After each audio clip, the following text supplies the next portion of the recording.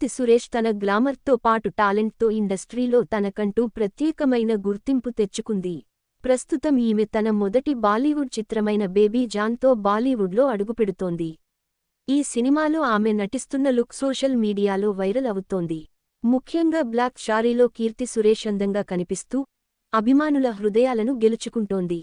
కోలీవుడ్ దేరి సినిమాకు ఇది రీమేక్.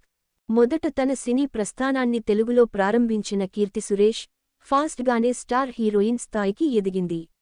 నేను శైలజ వంటి హిట్ సినిమాల ద్వారా తెలుగు ప్రేక్షకుల దృష్టిని ఆకర్షించింది. తరువాత వచ్చిన మహానటి చిత్రం కీర్తి కెరీర్లో మైలురాయిగా నిలిచింది. అందులో సావిత్రి పాత్రలో అద్భుత నటనతో ఆకట్టుకోవడంతో ఆమెకు జాతీయ స్థాయి గుర్తింపు లభించింది. ఈ పాత్రకుగాను కీర్తి సురేష్కి నేషనల్ అవార్డు లభించడం విశేషం. ఇప్పటి వరకు దక్షిణాది భాషల్లో మాత్రమే పరిమితమైన కీర్తి సురేష్ ఇప్పుడు బాలీవుడ్కి ప్రయాణం చేస్తోంది. బేబీ జాన్ చిత్రంలో వరుణ్ ధావన్తో కలిసి స్క్రీన్ షేర్ చేసుకుంది. బాలీవుడ్ ప్రేక్షకులకు తన నటనతో పాటు తన అందం కూడా పరిచయం చేయడానికి ఆమె చాలా ఉత్సాహంగా ఉంది. ఈ సినిమాలో ఆమె పాత్ర చాలా ఇంటెన్స్గా ఉండనుందని సమాచారం.